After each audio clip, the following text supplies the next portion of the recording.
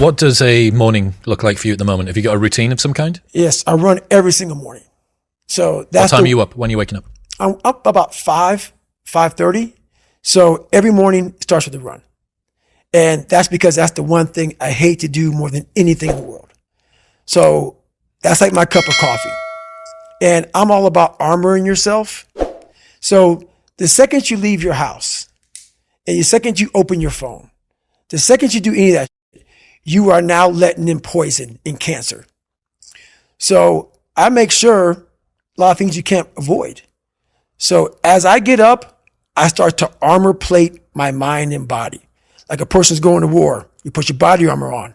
That's what I'm doing on that run. I'm waking up and I'm giving myself all this armor. So when I come out in the world, now look at that phone, I'm ready. I'm not waking up late. I'm not rushing around. I'm not disorganized because I know I'm going to get hit in the fucking mouth. There's an art to getting hit in the fucking mouth. And that is why these things are important. You have to wake up and you have to give yourself belief. You have to give yourself confidence. So it starts with that run. So after the run, I come home, I eat something small. How long's the run typically at the moment? Nowhere under 12 miles. So 12 miles is the minimum. And what are you getting that done in? How long?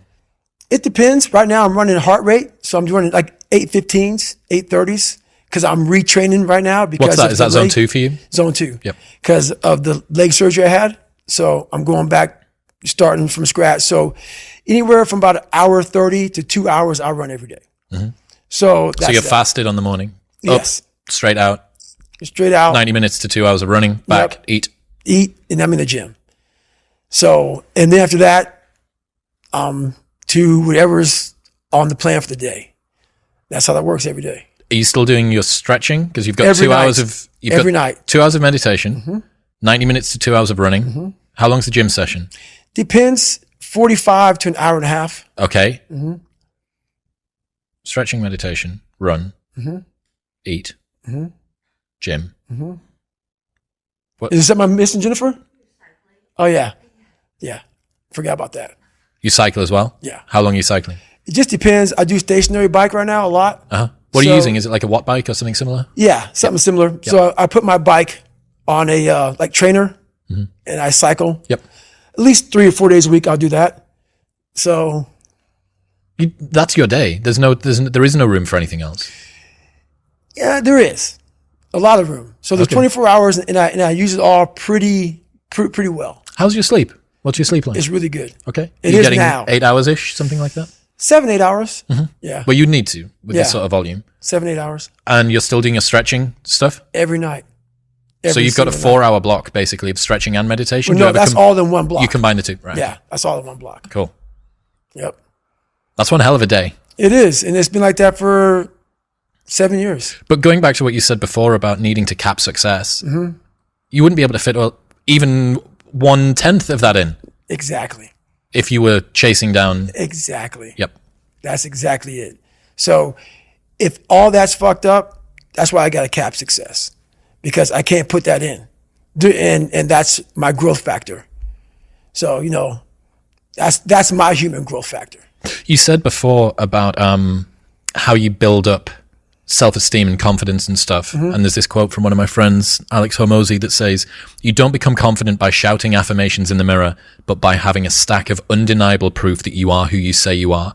Outwork your self-doubt." Yes. That's nailed. Nailed. Completely nailed. Yes. Because a lot of people will, and some of these motivational people out here, it's the funniest thing in the world to me. They'll go and say, when you wake up in the morning, pound your chest. Fucking look at yourself in the mirror and do all this fucking bullshit. I hope it works. What works for me is that everyday resume, the things I know I've accomplished, the things I know I've done, real hard work, the real calluses on my mind, the real calluses on my hands. That's it. You don't need to pound your chest in the mirror fucking anymore if you have that. It seems like, especially with confidence, right, or self-esteem, there's a relationship between confidence and competence. Mm-hmm. So what you're looking to do is try and have what you believe that you can do be ahead of what you can do. Right. Now, you're not looking for it to be delusional. You don't want it to be able to believe that you can do something like fly. right? But you need to have a relationship between the two. But what people are asking for is for their confidence to be so far ahead of their competence that, or without having even been competent at anything in the beginning. And that's just delusion. That's fantasy. Right. Well, I believe that you have to build belief. Belief is like, there's an after school special belief where the mom says, believe in yourself. And that's all great. But there's also a built belief. And the built belief is one where you are constantly, like for me, I came from a bad place. How I build belief is through the daunting tasks I put myself through. So that's proof positive that I can. So it correlates.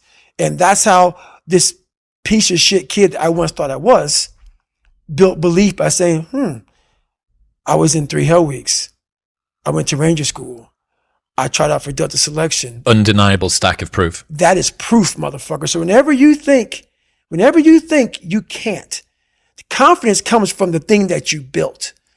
You must build belief. You must build confidence. It can't be like, hey, I'm going to go knock that shit out. You got to look over here and say, I can knock that shit out. It's belief, and it's built on what you put in to yourself.